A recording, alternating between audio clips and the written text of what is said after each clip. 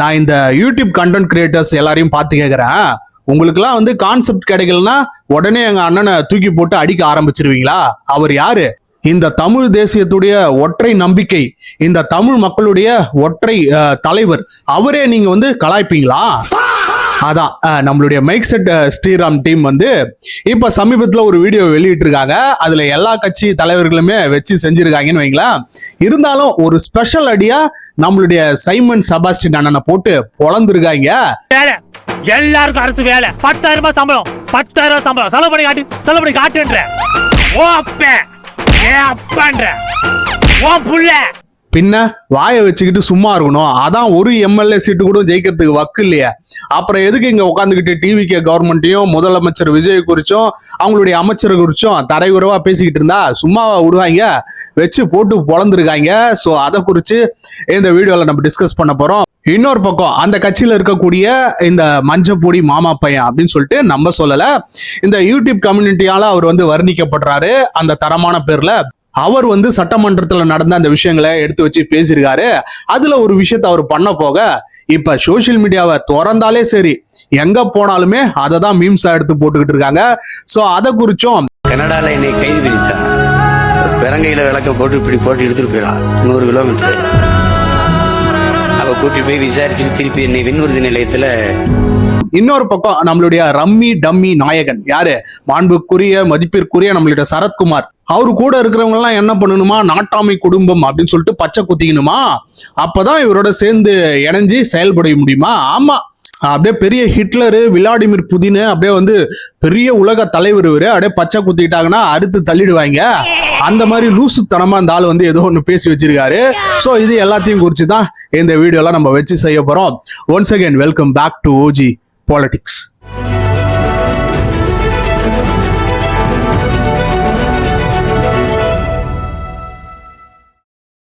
First இந்த சாட்டை துரைமுருகன். இந்த ஆள் வந்து என்ன பண்ணுவாருன்னு பாத்தீங்கன்னா, நாம் தமிழர் கட்சியை வந்து குழி தோண்டி புதைச்சிட்டாரு. எலெக்ஷனுக்கு முன்னாடி தேவையில்லாத சில விஷயங்களை பண்ணி பேசி வந்து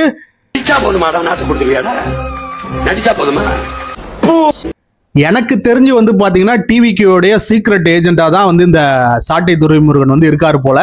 அவங்க கட்சியில இருந்தே உள்ளுக்குள்ள இருந்தே எப்படி அந்த கட்சியை அழிக்கணும், 8% இருந்த அந்த ஓட் ஷேரை வந்து 4% ஆக்குனது மட்டும் இல்லாம அதை நான் 2% ஆக்கி 0%க்கு கொண்டு வந்து நிறுத்துறான்ற மாதிரி இவர் அந்த வேலைகளை வந்து பண்ணிக்கிட்டு இருக்காரு. சட்டமன்றத்துல என்ன மாதிரியான நிகழ்வுகள்லாம் நடக்குது அப்படின்றத வீடியோவா எடுத்து போட்டுக்கிட்டு இருப்பாரு. ஏன்னா அந்த கட்சியில வந்து வேற வேலை பொழப்பு இல்லை பாத்தீங்களா, இதை வச்சுதான் வந்து கறி கஞ்சி சாப்பிட்டாகணும், வேற வழியும் கிடையாது.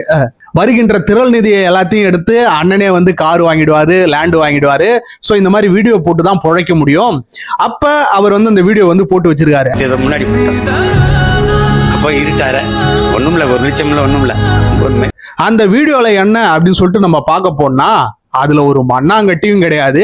ஜஸ்ட் வந்து என்ன மாதிரியான நலத்திட்டங்கள்லாம் வந்து டிவிக்கு அறிவிச்சிருந்தாங்களோ அதெல்லாம் வந்து ஏன் செயல்படுத்துற, இந்த விஷயங்கள்லாம் நீங்க சொல்லிக்கிட்டு இருந்தீங்களே, அதை ஏன் வந்து நீங்க சட்டமன்றத்தை இன்னும் கொண்டு வரல, அமைச்சர்கள்லாம் ஏன் இன்னும் அதை பத்தி பேசல அப்படின்னு சொல்லிட்டு கேட்டு வச்சிருக்காரு.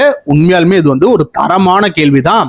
இந்த கொஸ்டின் அப்படியே ஓரம் வைப்போம். நம்ம இந்த சைடு வந்தோம்னா நம்மளும் கேட்கலாம் இல்லையா, 16 வருஷமா நீ என்ன புடுங்கிறதுக்கு வந்து கட்சி நடத்திக்கிட்டு இருக்க, இன்னைக்கு என்னெல்லாம் பண்ண போறாரோ? என்ன இலங்கை தமிழர்னு சொல்ற, தமிழ் தேசியம் சொல்றியே, இலங்கை தமிழர்களுக்காக நீ என்னத்தை பண்ணி கிழிச்சிருக்க? ஏதாவது ஒரு நலத்திட்டம் அவங்களுக்கு, எத்தனையோ பேர் வந்து இங்க தமிழ்நாட்டுல இருக்காங்க, திருச்சியெல்லாம் கேம்பெயின் வந்து போட்டிருக்காங்க. ஸோ அவங்களுக்கு ஏதாவது நலத்திட்டம் பண்ணியிருக்காங்களா? இவங்க கட்சி சார்பில் இருந்து யாராவது போயிட்டு அவங்கள மீட் பண்ணி ஒரு மீட்டிங் வந்து அரேஞ்ச் பண்ணியிருக்காங்களா? அதை விடுங்க, ஒரு சோப்பு டப்பாவாச்சும் அவங்களுக்கு வந்து வாங்கி கொடுத்துருக்கியா? அதெல்லாம் எதுவுமே கிடையாது. ஆனா 16 வருஷமா கட்சி நடத்திக்கிட்டு இருப்ப இந்த தமிழ் தேசியத்தை வச்சு ஏமாத்திக்கிட்டு இருப்பாங்க, ஒண்ணுமே பண்ண மாட்டானுங்க. வீணா மேடை போட்டு கத்திக்கிட்டு இருப்பாங்க. எதுக்கு தான்டா அந்த மேடை போடுறீங்க அப்படின்னே தெரியல. அந்த காசுல உங்க கட்சியில இருக்கக்கூடிய அந்த ஏழை பாழைங்களுக்கு ஏதாவது நல்லது பண்ணாவாச்சும் அவங்களையாச்சும் ஓட்டு போடுவாங்க. வருவாம்பார் 2026 வேட்பாளர் வரிசையில நான் நிறுத்துறத பார்த்து இந்தியாவில பல பேர் நெஞ்சடைச்சு சாகுறான் பாரு. ஏண்டா கனவா இருந்தாலும் ஒரு நியாயம் வேணாமாடா? இவங்களோட கட்சி எதுக்கு வச்சிருக்காங்கன்றீங்க? ஏதாவது நீங்க லூசு மாதிரி பேசிக்கிட்டு இருப்பாங்க, கீழே உட்காந்து கை தட்டிட்டு இவனுங்களை ஒரு என்டர்டைன்மெண்டா பார்க்கலாம் அப்படின்னு தான் இந்த கட்சியில வந்து பல பேர் இருக்காங்க. ஆனா அவங்க கிட்ட இருந்தே எப்படி வந்து காசை புடுங்கி, திரள் நிதின்ற பேர்ல காசை புடுங்கி ஒரு ஆணியும் புடுங்காத ஒரு கட்சி தான் இந்த நாம் தமிழர் கட்சி. இவங்க தான் வந்து இந்த விஷயத்த கேக்குறாங்களா? அந்த கேள்விக்கு உண்டான ஆன்சர் என்னன்னு பாத்தீங்கன்னா, அதாவது டிவிக்கு ஆட்சி அமைஞ்சு ஒரு 3 மாசம் பக்கம் தான் ஆகுது. அதுக்குள்ளே அவங்க என்னென்ன மாதிரியான விஷயங்கள் பண்ணியிருக்காங்க? அந்த தங்க மோதிரம் போடுறதுக்காக 700 crores மேல ஒதுக்கியிருக்காங்க. விவசாயிகளுடைய கடனை வந்து வார கடனை வந்து தள்ளுபடி பண்ணியிருக்காங்க. டிஎம்கே ஆட்சியில என்ன மாதிரியான திட்டங்கள்லாம் போடப்பட்டதோ ஹை காஸ்டா வந்து போட்டிருந்தாங்க. அதுல சில பல கொள்ளைகள் அடிக்கிறதுக்காக அதெல்லாம் கேன்சல் பண்ணி அதை வந்து ப்ராப்பரா வந்து பண்ணிக்கிட்டு இருக்காங்க.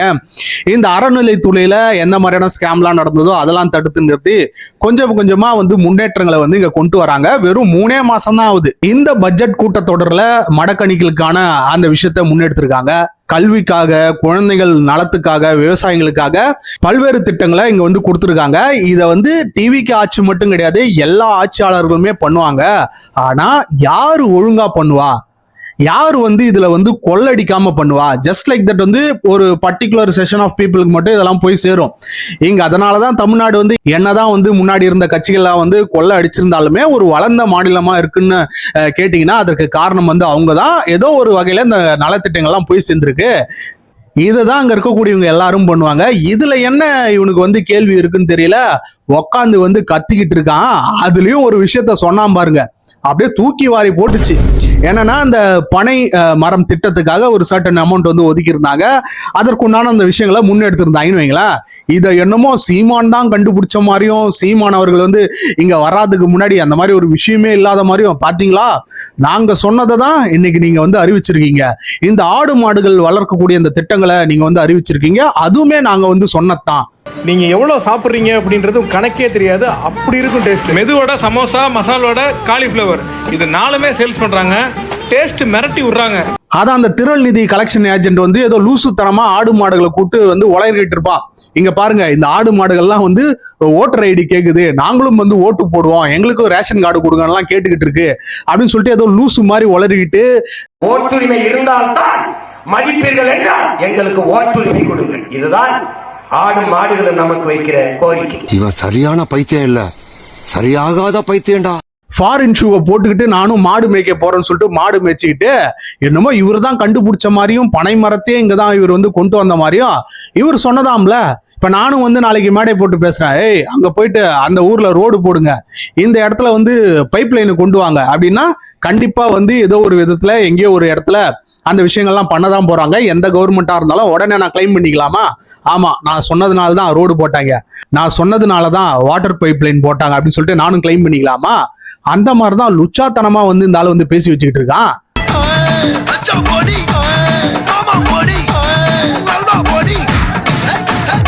எந்த திட்டத்தை வந்து எப்ப கொண்டு வரணும், அதை எப்படி செயல்படுத்தணும், அதற்கு எவ்வளவு வந்து ஃபண்டிங் ஒதுக்கணும், இதெல்லாம் யாரு கவலைப்பட வேண்டிய விஷயம்? ஆளுங்கட்சியா இருக்கிறவங்க கவலைப்பட விஷயம். ஏன் எதிர்கட்சியா இருந்தா கூட பரவாயில்ல, சட்டமன்றத்துல கேள்வி எழுப்பலாம், அவங்க எல்லாம் கவலைப்படக்கூடிய விஷயம். நமக்கு எதுக்கு அந்த கவலை? நம்ம தான் 233 தொகுதியிலையும் டெபாசிட் கூட வாங்கலையே, ஒரு கவுன்சிலர் சீட்டு கூட ஜெயிக்கிறதுக்கு வக்கு இல்லாத இந்த நாம் தமிழர் கட்சியில இருந்துகிட்டு அந்த கட்சியை முடிச்சு கட்டுறது மட்டும் இல்லாம இவர் வந்து டிவிகேவை பார்த்து கேள்வி கேட்கறாராம். அங்க கீழே போயிட்டு அப்படியே ஃபயர் விட்டுக்கிட்டு இருக்காங்க. இதனாலதான் இந்த நாடெல்லாம் இன்னும் உருடாம இருக்குது. இவன மாதிரி ஆளுகள்லாம் இருக்கிற வரைக்கும் தான் இந்த நாடு வந்து குட்டி செவரா இன்னும் போய்கிட்டு இருக்கு. இதுவும் ஒரு கட்சி. அவன் கஷ்டப்பட்டு சம்பாதிக்கான் வேறு வந்து எவன் போயிட்டு பணத்தை சேர்க்காது. நடிச்சா போதுமாடா, நாட்டு கொடுத்துருவியாடா? நடிச்சா போதுமா? இவனுங்க வச்சு நடத்தக்கூடிய இந்த பிசினஸ் கலெக்ஷன் ஏஜென்சியை இன்னும் புரிஞ்சுக்காம இந்த கட்சியெல்லாம் இருக்கானுங்க. இன்டலெக்சுவல் மாதிரி பேசுவானுங்கன்னு வைங்களேன். ஆடு மாடு வளர்த்தல், விவசாயம், தொழில்துறை, பனை மரம் வளர்த்தல் அப்படின்னு சொல்லிட்டு இதெல்லாம் என்னமோ இவங்க தான் கண்டுபிடிச்ச மாதிரியும், மற்றவங்க எல்லாம் இது வந்து தேவையே கிடையாது, அவங்க எல்லாருமே ஐடி கம்பெனிலாம் வேலை செய்யறான்னு சொல்லக்கூடிய அந்த ஒரு மட்டமான புத்தி. நீ சாஃப்ட்வேர்ல வேலை செஞ்சாலும் சாப்பிட்டு போய் தான் வேலை செய்யணும் அப்படின்னு நம்ம அண்ணன் லூசுத்தனமா ஏதோ வந்து உளறிக்கிட்டு இருப்பாரு இல்லையா மேடைகள்லாம், அதெல்லாம் நம்பி இவனுங்க வந்து ஃபயர் விட்டுக்கிட்டு இருக்காங்க. ஆனா உண்மையாலுமே அந்த கட்சியில என்ன மாதிரியான நிலவரங்கள்லாம் நடக்குது, எப்படி அவங்க வேட்பாளர்கள்லாம் டம்மி கேண்டிடேட்டை போட்டு கலெக்ஷனை வந்து நம்ம அண்ணன் பண்ணிக்கிட்டு இருக்காரு, ஜாலியா வருஷத்துக்கு ஒரு காரை வாங்கிட்டு சுத்திக்கிட்டு இருக்காரு அப்படின்னு தெரிஞ்சுக்கிட்டவங்க எல்லாம் அந்த கட்சியில இருந்து கிளம்பி வந்துட்டாங்க. நானே ஒரு பரதேசி பையன், நானே ஒரு வெங்கம் பையன், என்னை நம்பி நானே ஒரு பிச்சைக்கார பையன். என்னை மாதிரி கேடுகட்ட மானங்கட்டவனும் கிடையாது. இவனுக்கும் தெரியும் வைங்களேன், இந்த மஞ்சப்பொடி மாமா பையலுக்கும் இதெல்லாம் தெரியும். அந்த கறி கஞ்சின்னு ஒருத்தன் சுத்திக்கிட்டு இருக்கானே அவனுக்கும் இந்த விஷயங்கள்லாம் தெரியும் வைங்களேன். ஆனா இருந்தாலும் இவனுக்குள்ளலாம் ஒரு டீலிங்கு, வருகின்ற அந்த கலெக்ஷன் காசை அப்படியே பங்கு போட்டு ஜாலியா அப்படியே அந்த கட்சியில வந்து ஓட்டிடலாம். அப்படியே பெரிய புளுத்தி மாதிரி ஒரு 4 வீடியோ போட்டோன்னா அதுலயே நல்ல கலெக்ஷன் காசு வருமே. இங்க இருக்கக்கூடிய ஏமாந்த தம்பிங்கெல்லாம் அந்த வீடியோவை பார்ப்பானுங்க, லட்சக்கணக்கில் யூடியூப்ல வரப்போது. அப்படியே ஓட்டிட வேண்டியதுதான். எதுக்கு நமக்கு எம்எல்ஏ பதவி, கவுன்சிலர் பதவி, இந்த கட்சியில பதவி எல்லாம்? அண்ணன் அங்க ஆஃப்லைன்ல ஏமாத்திக்கிட்டு இருக்காரு மேடைகளை போட்டு, நம்ம ஆன்லைன்ல இங்க வீடியோ போட்டு ஏமாத்துவோம், அவ்வளவுதான். காணொலி போட்டாங்க ஒரு பாட்டு, ஒரு புலி ஓடி வரும் 1.2 4 7.2 8.2 அப்படின்னு புலி வந்து நிற்கும். புலி நகத்துல இருந்து அப்படியே சீமான ஷூ வந்து சீமான தலைமை செய்து நிற்பாரு. உண்மையிலே மெய் சிரிச்சு, அதுதான் உண்மை. அதுலதான் இவங்களுடைய பொழப்பு ஓடிக்கிட்டு இருக்கு. நான் ஒரு விஷயம் தெரியாம தான் கேக்குறேன், கடந்த 5 வருஷமா இந்த மாதிரியான வீடியோக்கள்லாம் வருது, வரலையே. எடுத்து வச்சு பேசுறாரு, என்ன மாதிரியான நலத்திட்டங்கள்லாம் அவங்க சொன்னாங்களோ அதெல்லாம் செய்யல. ஒரு 3 வருஷம் கழிச்சு, ஒரு 2.5 வருஷம் கழிச்சு ஏன் இன்னும் செய்யல? நீங்க ஆட்சிக்கு வந்து ஒரு பாதி ஆண்டுகள் ஆயிடுச்சு, பாதி ஆட்சி வந்து கடந்துடுச்சே, ஏன் செய்யல அப்படின்னு சொல்லிட்டு கேள்வி எழுப்பலாம். இப்பதான் வந்திருக்காங்க, ஒரு 3 மாசம் தான் ஆகுது, அதுக்குள்ள ஒரு கேள்வி எழுப்புறவரு கடந்த ஆட்சியெல்லாம் ஏன் வந்து நீங்க எழுப்பவே இல்லை? ஒரு 20% கூட அவங்க என்ன டிஎம்கே வாக்குறுதி கொடுத்தாங்களோ அதெல்லாம் செய்யவே கிடையாது. அதெல்லாம் எடுத்து வச்சு பேசியிருந்திருக்கலாமே. என்ன பின்னாடி இருக்கக்கூடிய அந்த டீலிங்லாம் எங்களுக்கு தெரியாதுன்னு நினைச்சீங்களா? நீ டிஎம்கேவை எதிர்த்து ஒரு வீடியோ போட்டா விஜய் அவர்களுக்கு எதிர்த்து 30 வீடியோ போட்டு நல்ல கலெக்ஷனை காசை வந்து வாங்கினீங்க. அந்த விஷயம்லாம் இங்க இருக்கக்கூடியவங்களுக்கு எல்லாம் தெரியாம இருந்திருக்கும். அதனாலதான் யாருமே உங்க கட்சிக்கு வந்து ஓட்டு போடல. சும்மா மரண அடி கொடுத்து ஒரு நாயை உட்கார வைக்கிற மாதிரி, ஒரு தெரு நாயை உட்கார வைக்கிற மாதிரி அங்க உட்கார வச்சாங்க இல்லையா உங்க கட்சியில, அப்பயுமாடா புத்தி வரல உங்களுக்கு எல்லாம்? ஆனா நீ விட்டாலும் சரி, உன்னை நாங்க விடுற மாதிரி இல்லை அப்படின்னு சொல்லிட்டு இவரு அந்த இதுல வந்து சட்டமன்றத்தில் நடந்த நிகழ்வை வந்து கலாய்க்கிறாராம். முதலமைச்சர் விஜய் அவர்கள் வந்து இப்படி வந்து உட்காந்துக்கிட்டு இருந்தாங்க, ஏதோ வந்து ஒரு கவனக்குறைவுலையோ சரி ஏதோ ஒன்று யோசிச்சுக்கிட்டு இருப்பாரு, அதை எடுத்து போட்டு கலாய்க்கிறாராம். வச்சு செஞ்சுக்கிட்டு இருக்காங்க, சோசியல் மீடியாவை திறக்கவே முடியல. அப்ப இந்த பாட்டு தான், பேசாமல் பேச வைப்பான் பேரவாகரன். ஓடி அந்த கதவை, Hari okay Hari okay okay okay நான் பாடிக்கிட்டே இருந்தேன். அந்த மாதிரி வாழ்நாள்ல இனிமேட் நீ கோட்டே போடக்கூடாதுரா, கோட் சூட்டே போடக்கூடாதுன்ற மாதிரி வச்சு செஞ்சுக்கிட்டு இருக்காங்க. சரி, இங்க இருக்கக்கூடிய இந்த டிவிக்கு ஆதரவாளர்கள் தான் செய்யறாங்கன்னு பாத்தீங்களா? அந்த பக்கம் அடுத்த விஷயத்துக்கு வருவோம். நம்மளுடைய அந்த மைக் செட் ஸ்ரீராமா அவர்கள் வந்து வீடியோ போடுவாங்க. கிட்டத்தட்ட அவங்களுமே பரிதாபங்கள் மாதிரி தான் வைங்களேன். அந்த மாதிரியான வீடியோக்கள்லாம் வந்து போட்டுக்கிட்டு இருப்பாங்க. அவங்க எல்லா கட்சி தலைவர்களையும் போட்டு பொழந்திருக்காங்க. யாரையுமே பாரபட்சமே பார்க்கல. முதலமைச்சர் விஜயில இருந்து உதயநிதி, ஸ்டாலின், புசி ஆனந்த், தனுஷ் வரைக்கும் வச்சு செஞ்சிருக்காங்க. இதுலயாச்சும் அண்ணனை வந்து கலாய்க்காம விட்டுருக்கலாம் இல்லையா? யாரு? நம்மளுடைய திரள்நிதி கலெக்ஷன் ஏஜென்டான சைமன் செபாஸ்டினை கலாய்க்காம விட்டுருக்கலாம். அதெல்லாம் விட முடியாது. அவர் இல்லாம ஒரு கலாய் வீடியோவா போட்டு பொழங்கடா அப்படின்ட்டு ஒரு ஸ்பெஷலா போட்டிருக்காங்க அந்த வீடியோல. குர்ரா குர்ரா, நம்ம பாட்ட மூட்டை முப்பாட்ட மாதிரி நெஞ்சு நிமித்தி நட, உடம்பு வலிக்குதா, பாயில வசம் எண்ணெயை போட்டு நல்லா உருவி தள்ளு. உண்மையாலுமே ரொம்ப சூப்பரா இருந்தது. அதான் நம்மளுடைய எம்கே ஸ்டாலின் இருக்காரு இல்லையா, போயிட்டு எல்லா நிகழ்ச்சியிலையும் போயிட்டு கல்யாண நிகழ்ச்சி அதுவே சந்தோஷமான ஒரு நிகழ்வு, அதுல போயிட்டு ஒப்பாரிகளை வச்சுக்கிட்டு இருப்பாரு. அந்த விஷயத்தை போட்டு கலாச்சிருக்காங்க. இந்த சட்டமன்றத்துல கேள்வி கேட்பாங்க, கேள்வி கேட்டுட்டு பதில் கொடுக்கறதுக்காக எந்திரிப்பாரு, ஏஞ்சி ஓடிட்டு போயிட்டு வெளியில் நின்று பேசுவாங்க. பாத்தீங்களா, எங்களை பார்த்து முதலமைச்சர் விஜய் அவர்கள் வந்து பயந்துட்டாங்க. நாங்கெல்லாம் யாரு, டே டிஎம்கேனா யாருன்னு தெரியுமாடா, சாதாரணமா வந்தவன்லடா அப்படின்னு ஃபயர் விட்டுக்கிட்டு இருப்பாங்க.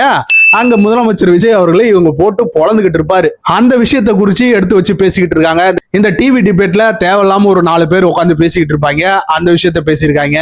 ஏன் இப்ப ரீசெண்டா பொலிட்டிக்கல் என்ட்ரி கொடுக்கக்கூடிய நம்மளுடைய தனுஷ் அவரையுமே விட்டு வைக்கல, அவரையுமே கடைசியா வச்சு செஞ்சிருக்காங்க. இதுல ஸ்பெஷல் என்னன்னு பாத்தீங்கன்னா நம்மளுடைய அண்ணனுடைய ஆமை வருவல் தான். என்னிடத்துல ஒன்னும் செய்தி இல்லை, உங்களுக்கு ஏதாவது செய்தி தேவைப்படுது கேட்கணும்னா கேளுங்க, நான் பதில் சொல்றேன். அந்த ஸ்ரீராம் அவர் பண்ண அந்த கேரக்டர்ல சீமான் அவர்களுடைய அந்த கேரக்டர் தான் வந்து ரொம்ப பக்காவா பொருத்தி இருந்தது. அது ஏன்னே தெரியலைங்க. அண்ணனை அடிக்கிறதுனா மட்டும் எல்லா யூடியூபர்ஸும் வந்து ஒண்ணு சேர்ந்துடுறாங்க. அவங்களுக்கு அண்ணனை கலாய்க்கிறது அப்படின்றது அப்படியே நேச்சுரலாவே வருது, சும்மா வச்சு செய்யறாங்க. எனக்குன்னே வருவீங்களாடா ஏன்ட்ட சரசம் பண்றக்கே ஓட்டாப்பே உங்களை பெற்றுறாங்களா? ஏன்டா அவங்க தான் வந்து ஒரு சீட்டு ஜெயிக்காம கூட ஒரு ஓரத்துல இருக்காங்க, ஒரு இந்த அரசியலுக்கே irrelevant-ஆன ஒரு பீப்புளா இருக்காங்களே, அவங்கள ஏன்டா எடுத்து போட்டு செஞ்சுக்கிட்டு இருக்கீங்கன்னா, அண்ணன் பேசக்கூடிய அந்த பேச்சுக்கள் அப்படி சும்மா விடுவாங்களா இங்க இருக்கக்கூடியவங்க எல்லாம்? அதனாலதான் எடுத்து போட்டு அண்ணனை போட்டு பொழந்துகிட்டு இருக்காங்க. இதுல நம்ம ஹைலைட்டா பார்க்கக்கூடிய அந்த விஷயங்கள் என்னன்னா, போன ஆட்சிலாம் இந்த மாதிரியான விஷயங்கள்லாம் பண்ணிக்கிட்டு இருந்தாங்கன்னா அவங்களுக்கு எந்த மாதிரியான விஷயங்கள்லாம் நடக்கும் அப்படின்றது நமக்கு தெரியும். ஏன் இந்த ஆட்சியிலே நடந்ததுன்னு வைங்களேன் ஒரு விஷயம். அதான் நம்மளுடைய பல்ராம் நாயுடு அவர் பேசின அந்த ஸ்லாங்ல பரிதாபங்கள் வந்து ஒரு வீடியோ போடுறாங்க. அதை எடுக்க சொல்லி ப்ரெஷர் பண்ணிக்கிட்டு இருக்காங்க டிஎம்கேல இருந்து. டிஎம்கேடைய முன்னாள் அமைச்சரா இருக்கக்கூடியவரே அந்த தரங்கட்ட வேலையில இறங்கி அவங்கள வந்து மிரட்டக்கூடிய அந்த விஷயங்கள்லாம் நம்ம பார்த்திருந்தோம். அவங்களுமே அந்த வீடியோ வந்து நீக்கியிருந்தாங்க.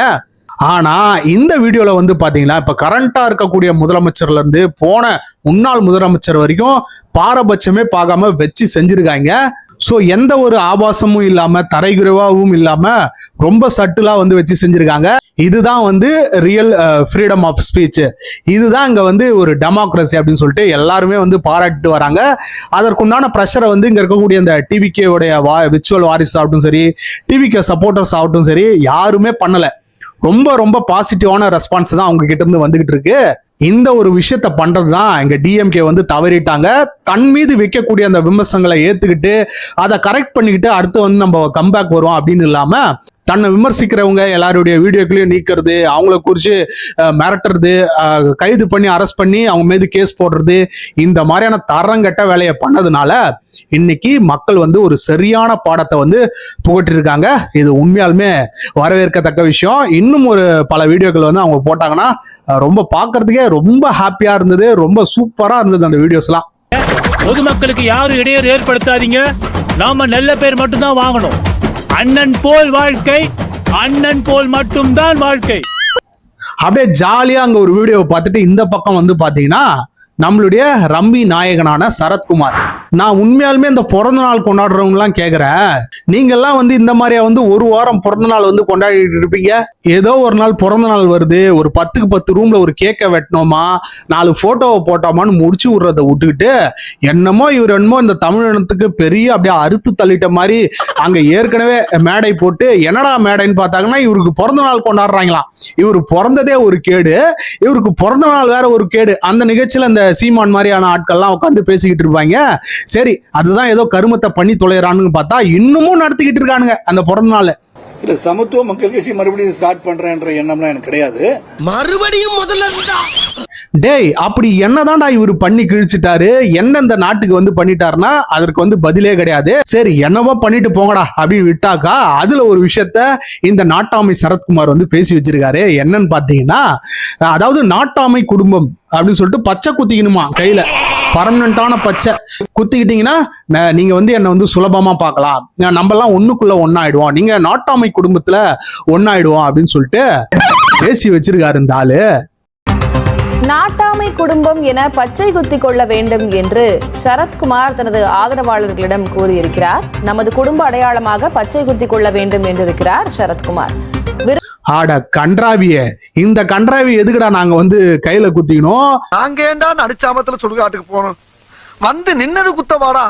ஏதோ ஒரு படம் உன் கெரியர்ல வந்து தப்பி தவறி வந்து ஹிட் ஆயிடுச்சு, ஏதோ ஓடிடுச்சுன்னு வைங்களேன், உண்மையாலுமே தமிழ்ல வந்த ஒரு நல்ல படம் தான், அதை என்னமோ எடுத்து வச்சுக்கிட்டு இவர் என்னமோ உண்மையாலுமே நாட்டாம மாதிரியும் இவரை சுத்தி அப்படியே பெரிய பந்தோபஸ்து இருக்கிற மாதிரியும் இந்த ஆள் வந்து லூசு மாதிரி உளறி வச்சுக்கிட்டு இருக்காரு. நான் தெரியாம தான் கேக்குறேன். நாட்டாமை குடும்பம் என்று அனைவரும் அடையாளத்தை வைத்துக் கொண்டால் சிறப்பாக இருக்கின்ற எண்ணங்கள் உதித்ததுனால் இன்று நானும். நீ எண்ணத்தை அப்படி புடுங்கி தள்ளிட்ட, அதை விடு, நல்லது பண்றதை விடு. ரம்மி ஆப்னு சொல்லக்கூடிய ஒரு கொடூரமான ஒரு ஆப்பு, அதுல நிறைய பேர் அடிக்ட் ஆகி நிறைய பேர் காசுகளை இழந்து அந்த ஸ்கேம்ல ஈடுபட்டு வந்து பாத்தீங்கன்னா நிறைய பேர் தற்கொலை எல்லாம் பண்ணிட்டாங்க. அந்த ஆப்புக்கு வந்து ப்ரொமோட் பண்ண ஆளு தான் இந்த ஆளு. அதனாலதான் ரம்மி நாயகன் அப்படின்னு சொல்லிட்டு இவருக்கு வந்து பேர் வந்தது. எத்தனை படம் நடிச்சிருப்ப, உன்னுடைய ஃபேமிலியில இருக்கிறவங்க எல்லாரும் சினிமாலையும் தானே இருக்காங்க, அவங்க கிட்ட இல்லாத காசா? ஆனா நீ வந்து இந்த மாதிரி ஒரு கேவலமான தரங்கட்ட ஆப் எல்லாம் ப்ரொமோட் பண்ணி அதுல வரக்கூடிய காசுல வந்து நீ சோறு சாப்பிடணுமா அப்படின்னு சொல்லிட்டு பண்டையா வந்து கேட்டு வச்சிருந்தாங்க. சும்மா வச்சு செஞ்சிருந்தாங்க. அந்த காலத்துல அத்தனை பேரு சாவுக்கு இவருமே ஒரு காரணமா அமைஞ்சாரா? அப்படின்ற அந்த ஒரு கேள்வியுமே அப்ப வந்திருந்தது.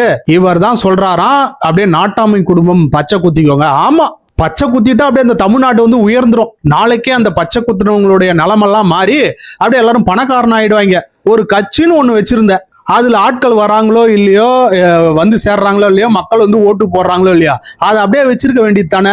2 மணிக்கு என் பொண்டாட்டி சொல்லிட்டா அப்படின்னு சொல்லிட்டு அந்த கட்சியை கொண்டு போயிட்டு, கட்சி பேரை கேளுங்க, சமத்துவ மக்கள் கட்சியாம்.